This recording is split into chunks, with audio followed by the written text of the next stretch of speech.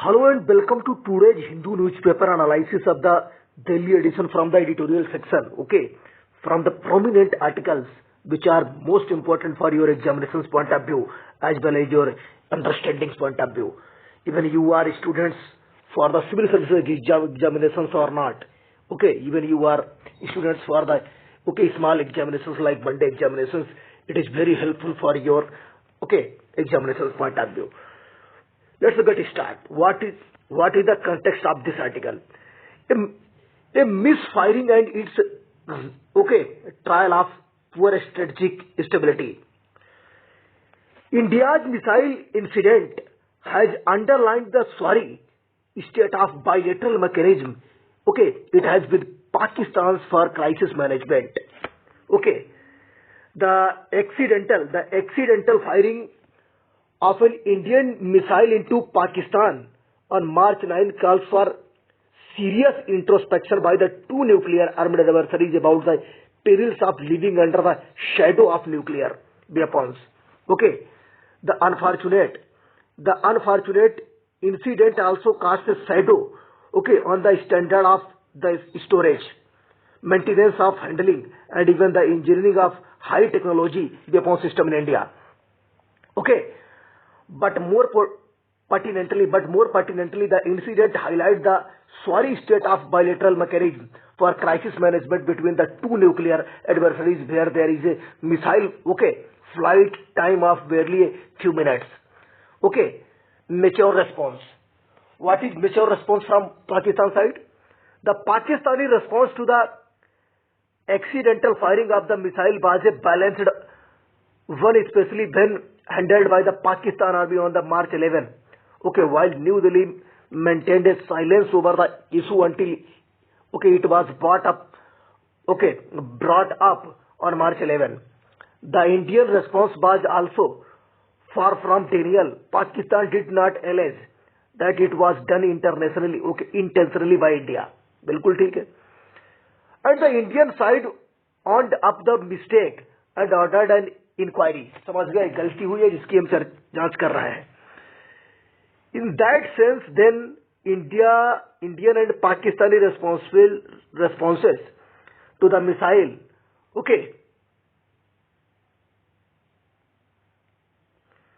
to the missile.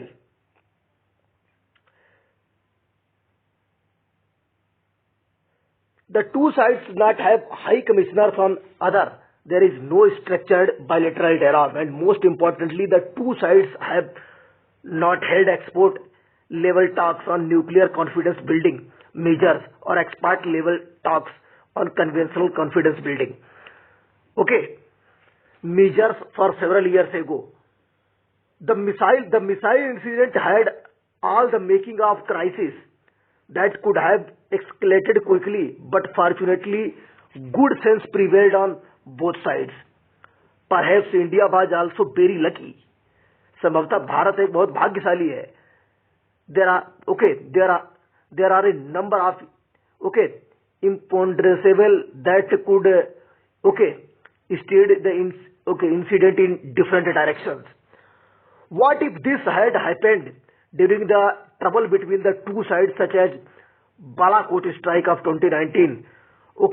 What if this missile had hit a target of strategic value inside Pakistani territory, in turn forcing Pakistan to retaliate, which may or which may not lead to an Indian responses?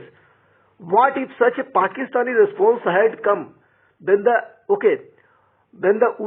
Uttar Pradesh Assembly elections were still going on? One should think of a number of scenarios wherein the accidental firing could have spiraled into a major crisis between India and Pakistan. This is not to say that accidents do not take place. As a matter of fact, they do. There have been several broken arrows accident that involves nuclear weapons or nuclear weapons components, but does not create the risk of nuclear war. Acknowledges and otherwise that took place during the Cold War. Even though those accidents did not involve the two rivals. To be fair, the accident on March 11 did not involve a nuclear-tipped missile or a nuclear warhead. There is a speculation, एक संदेह है, though that missile in question, okay, is the BrahMos, a nuclear-capable missile, okay. Not most important, समझ गए missile की regarding है, इतना खास कुछ नहीं है. Bharatanatyam in Indian diplomacy. क्या है Bharatanatyam Indian diplomacy? India's stand in the United Nations on the Ukraine war is an apt moment of reflect on much needed, Dikshit principle. The late Jyotiranath Dikshit, Mani Dikshit, to his many friends and admirers, took over a foreign secretary on December 1st, 1991. He retired 26 months later on January 31st, 1994, 58 years was then the retirement age. Us time. Republics and Moscow.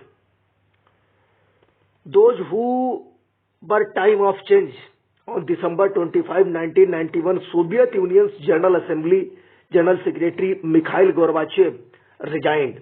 The flag of the Ukrainian of Soviet Socialist Republic, also known as USSR, was lowered for the last time at the Kremlin and following the day.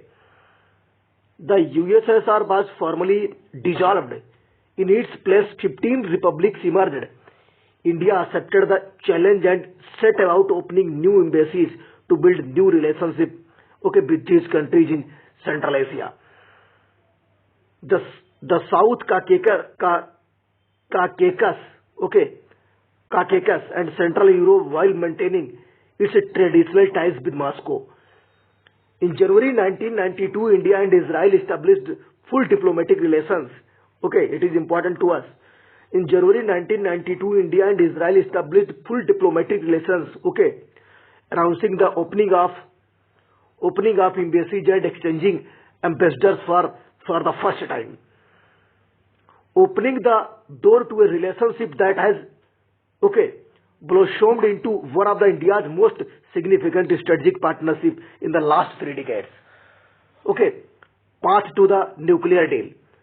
On January 31st, 1992, Prime Minister P.V. Narasimha Rao participated in the first ever meeting of the United Nations Security Council at the summit level. India was a member in 1992, presided by the British Prime Minister John Major.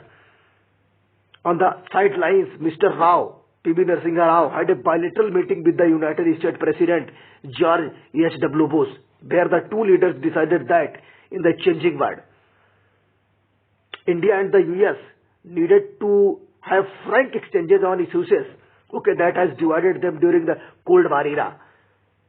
The issue identified was nuclear proliferation and disarmament. The first meeting took place during Mr. Dikshit's visit to Washington 2 months later, showing the seeds of the dialogue that continued through ups and downs, leading to the path-breaking India-US Civil Nuclear Cooperation Agreement in 2008.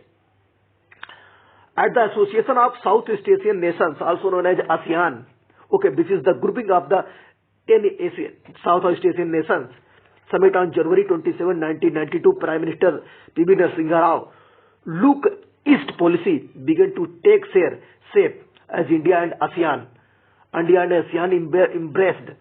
embraced on a sectoral dialogue partnership.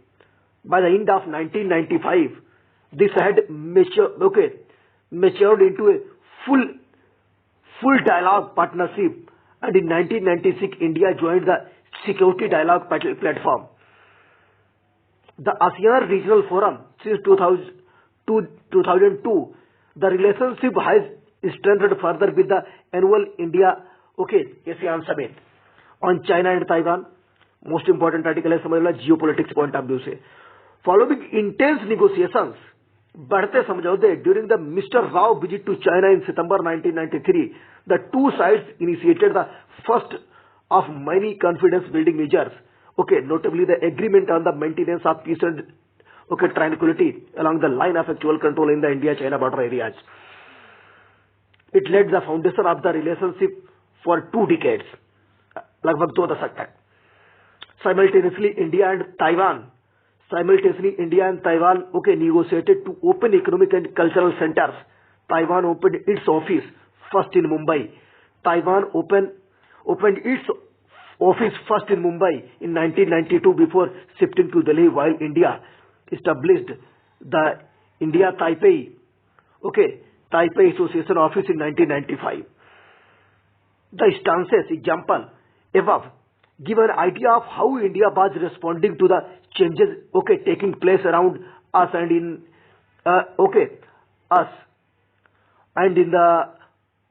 the wider world.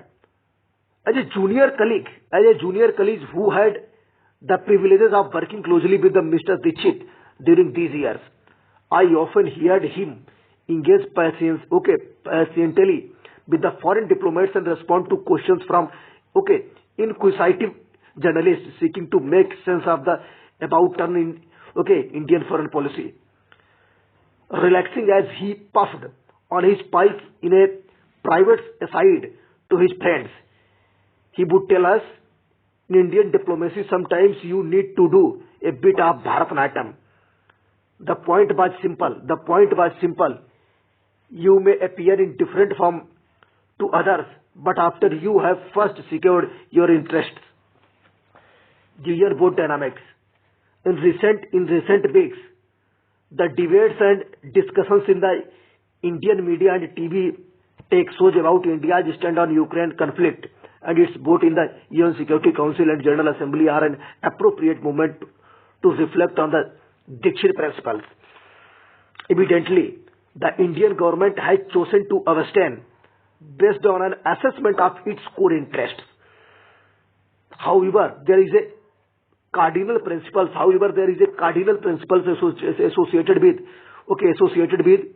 Security Council votes on issues in such changed times.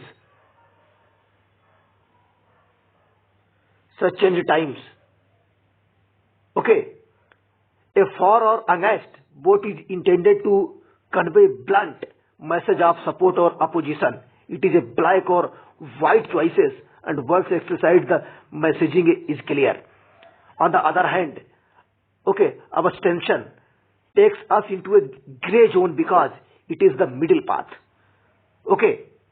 It can neither be seen as a fence sighting, which is a sign of helplessness, or create space for diplomatic maneuvers, which is a successful outcome. In the Ukraine instance, the West should feel satisfied that India stand because it's perhaps expected India to oppose the best draft proposals given in New Delhi traditional ties with Russia, while Russia should also feel satisfied at India's abstentions because it perhaps expected New Delhi to give it Western persuasions. The second outcome is a positive one, but no appearing different form at the same time. We need to revive the kind of Bharatanatyam Mr. Dixit used to effectively to navigate those turbulent times, even as he helped set the course for Indian foreign policy 3 decades ago. This article written by Rakesh Sood is a former diplomat and currently distinguished fellow at the Observer Research Foundation. So this article is most and comprehensive important to us. Growing price pressures, policymakers need to tame inflation or risk it undermining the growth they seek to support. Inflation in India continued on a worrying uptrend with the consumer price-based index reading accelerating to an 8-month high of 6.07 last month, while wholesale price index lost a double digit because increased for the 11th straight month. February headlines: WPI inflation is expected to 13.11 retail inflation, okay, also is not most important. Let's move to another article on next page. ना Pakistani neutrality Taliban से बरी क्या है देखते हैं. What is gist of this article. Pakistan so called foreign policy, Pakistan की तथाकथित विदेश नीति, Pakistan so called foreign policy independence और neutrality is going to have severe implications for its allies in Kabul. Russia's invasion of Ukraine has shifted the global focus from Afghanistan. Okay, as the refugee crisis in Ukrainians get more acute, the Afghan Taliban will face huge challenges in saving Afghanistan from an economic catastrophe, financial bankruptcy, and a humanitarian crisis. A Taliban regime in Kabul has multidimensional and not just strategic interest, tied to relations with Pakistan. On the other hand, Pakistani policy in Afghanistan, Pakistani policy in Afghanistan is also determined by the rigidity of the strategic commitment, which takes it virtually impossible for Islamabad to give up its ovation of setting a new political orders across the Durand line between the Pakistan and Afghanistan, and also between India and Bangladesh, India and Afghanistan. Some parts. Impact of Pakistan's stance. Most important article regarding geopolitics.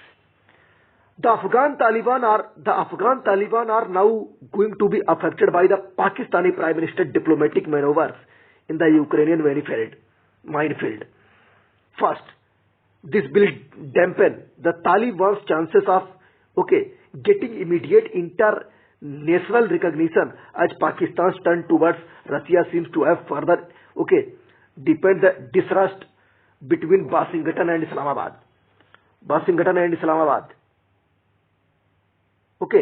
The Western Bloc did not take kindly to Mr. Khan's visit Moscow last month, which was only seen as justifying Russian President Vladimir Putin Ukraine gambit, triggering an unforeseen chain of events. Mr. Khan 3-hour-long meeting with Mr. Putin gave the impression that Islamabad was implicitly endorsing Russia's military action. समझ गए कि समर्थन करता है रसिया का. Clearly, there was little consideration in Islamabad of the diplomatic or strategic implications of this move. The problem of trust deficit between Pakistan and the West, can be aggravated further by the rhetoric necessary to mobilize Pakistani public opinion behind any major foreign policy move by Islamabad. The Taliban resurgence has also not resulted in the outcome that Pakistan's military establishment was hoping for, and the delay in getting the Taliban regime recognized internationally will only make Islamabad more frustrated. Second, the situation in Afghanistan has become complex. This is second reason. The situation in Afghanistan has become complex and uncertain.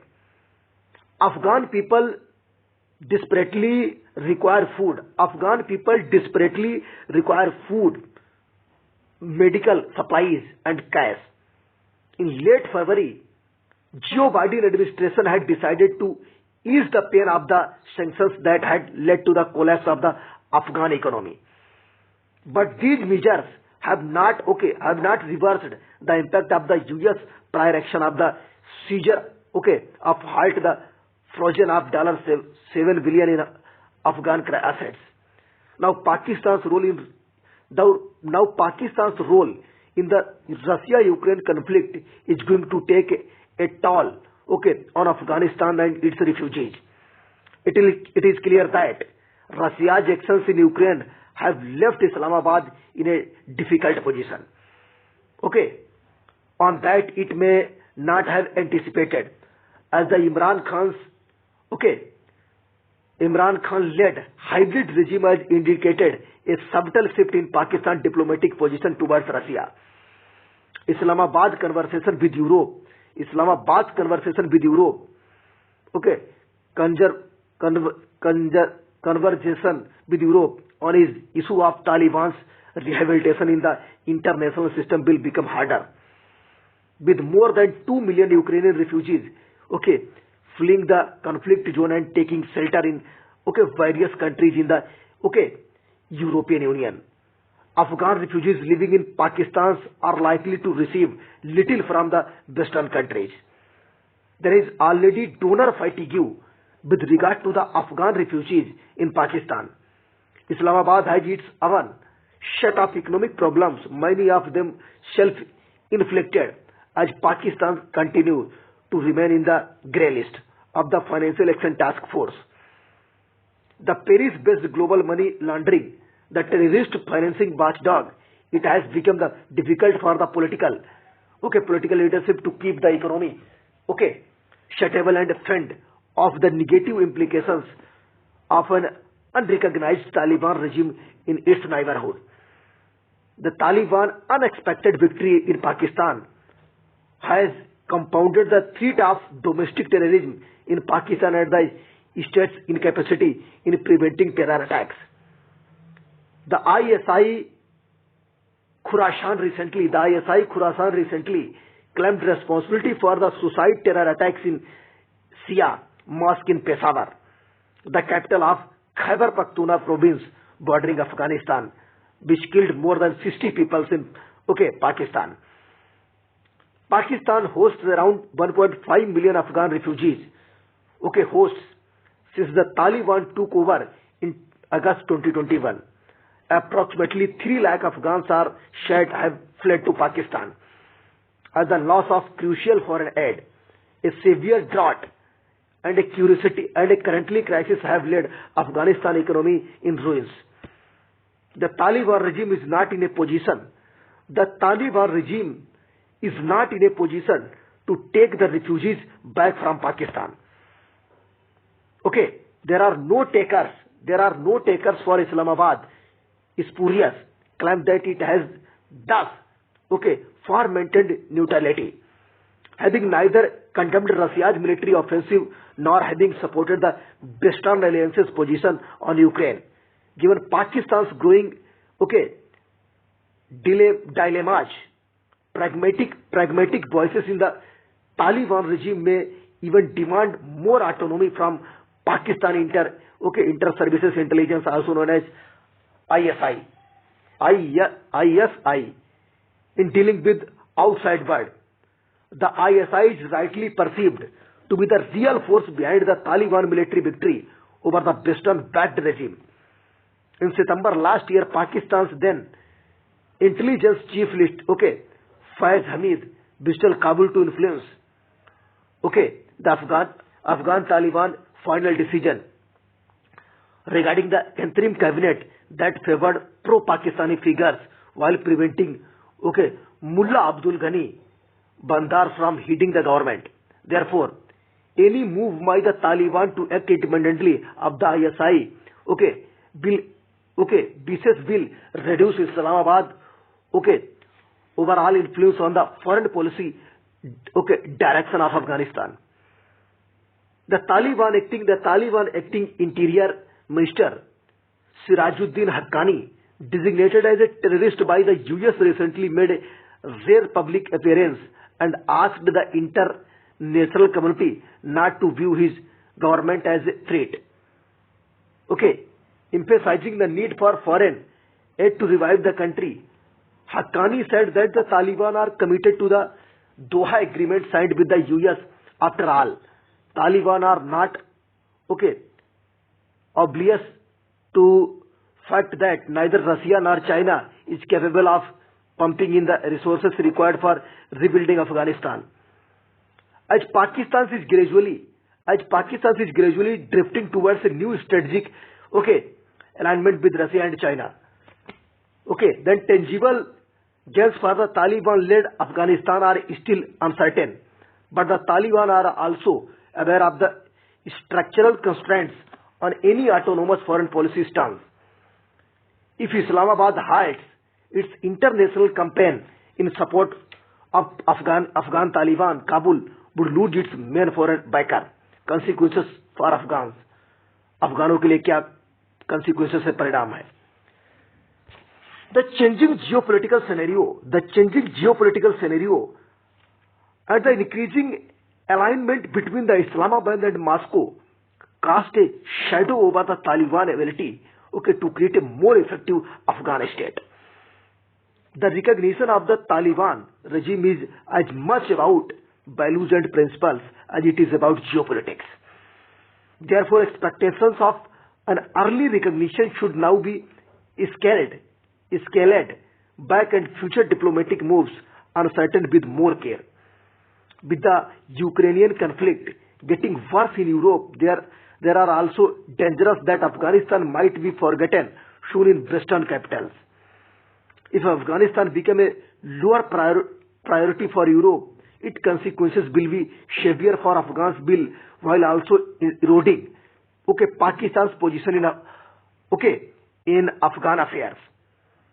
Basically, this article written by Binay Kaura, Associate Professor, Department of International Affairs and Security Studies, Sardar Vallabhbhai Patel University, Police, Security and Criminal Justice, Jodhpur, Rajasthan, and non-resident scholar at the Middle East Institute, Washington, DC.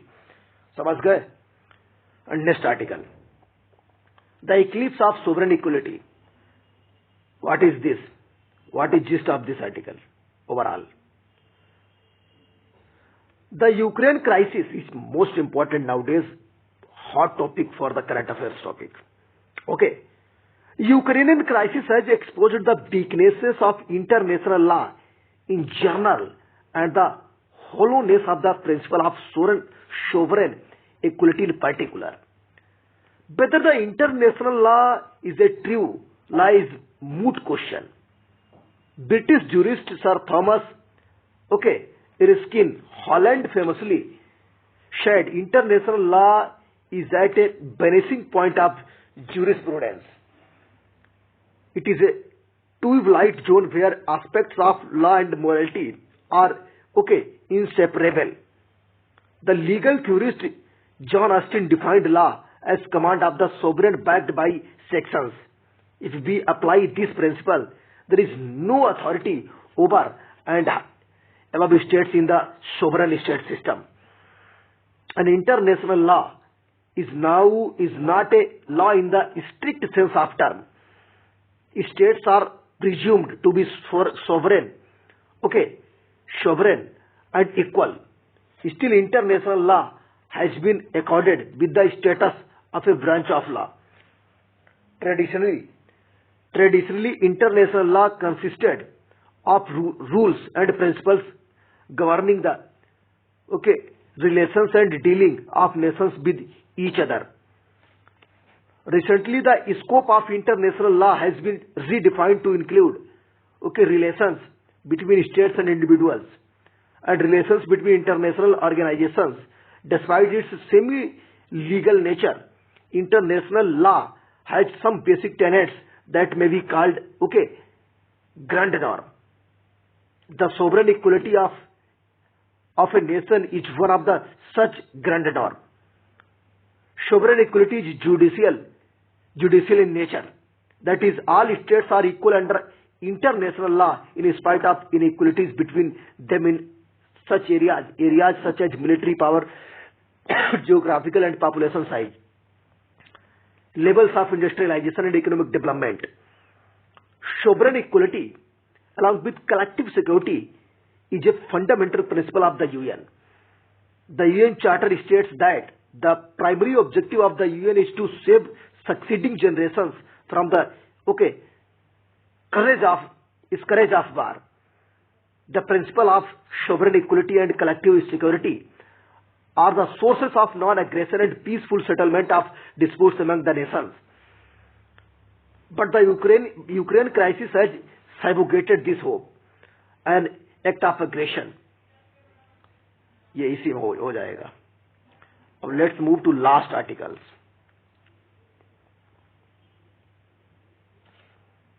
Test and context.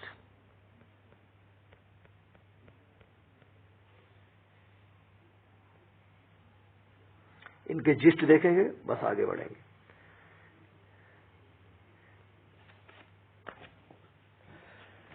India's solar capacity milestone and challenges.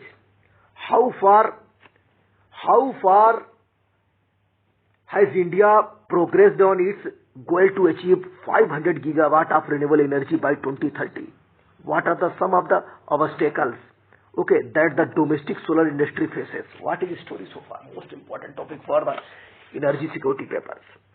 Okay, India added a record 10 gigawatt of solar energy to its cumulative installed capacity in 2021.